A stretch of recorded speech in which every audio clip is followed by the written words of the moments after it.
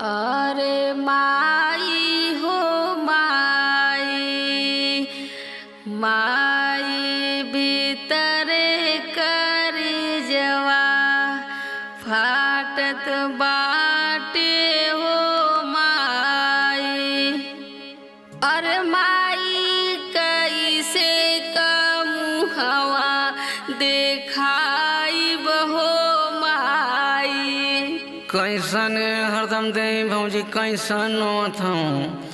अरे फुआ हो फुआ, फुआ हमके बजनिया सब कहे बुलावेला हो फुआ। जाएगा मुतनवा तुनो तो हमार छाता फाटत था, लेकिन एगो उपाय तो के हम बतावत हैं। कौन उपाय हो फुआ? बताई कौन उपाय? दूसरा भतान कहना आपन धर्म बिगाड़ी का हो फुआ?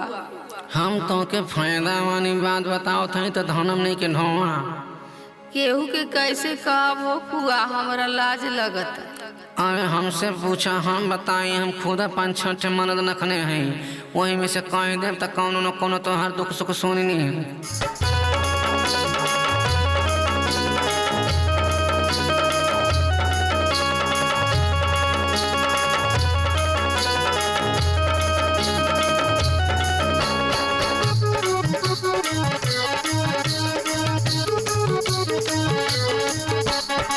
ये भौजी लइका हो खाइला किस्मत खुली जाई।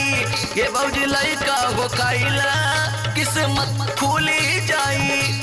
जवानी में पैदा उठाइला किस्मत खुली जाई। ये भौजी लइका हो खाइला किस्मत खुली जाई।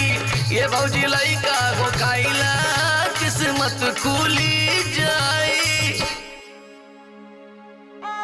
बाजिन बाजिन तोहा के समाज कुला कहेला।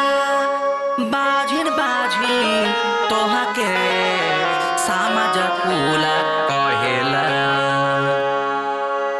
बजनी का नाम मिटवाइला किस्मत खुली जाई। बजनी का नाम मिटवाइला किस्मत खुली जाई।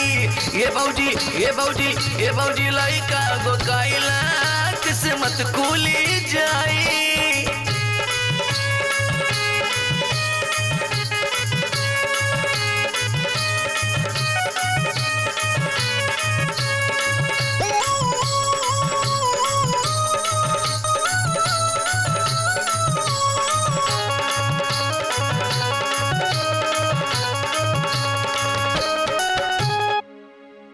पति बरता बनले से काम नहीं चली है।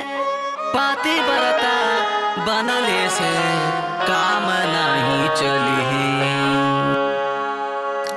दूसरे से चक्कर चलाइला किस्मत खुली जाई। दूसरे से चक्कर चलाइला किस्मत खुली जाई। ये भौजी लइका गो खाइला किस्मत खुली जाई।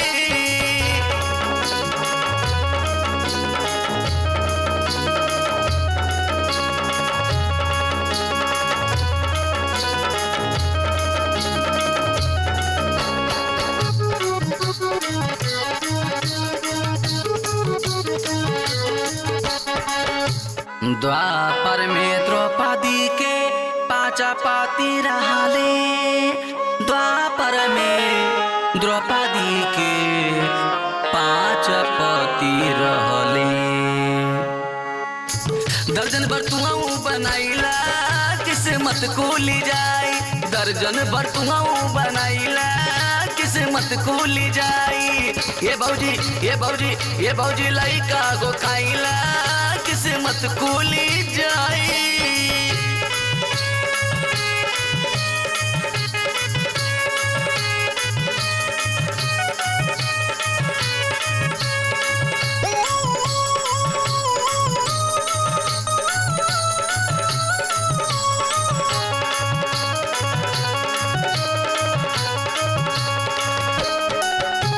कल जुगी देवता का ये फरमानबा कल जुगी देवता का ये फरमानबा।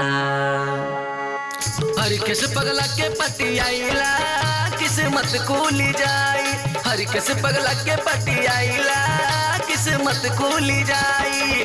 ये भौजी ये भौजी ये भौजी लइका हो खाइला किस्मत खुली जाई, जवानी में फायदा उठाइला किस्मत खुली जाई। ये भौजी ये भौजी ये भौजी ये भौजी लइका हो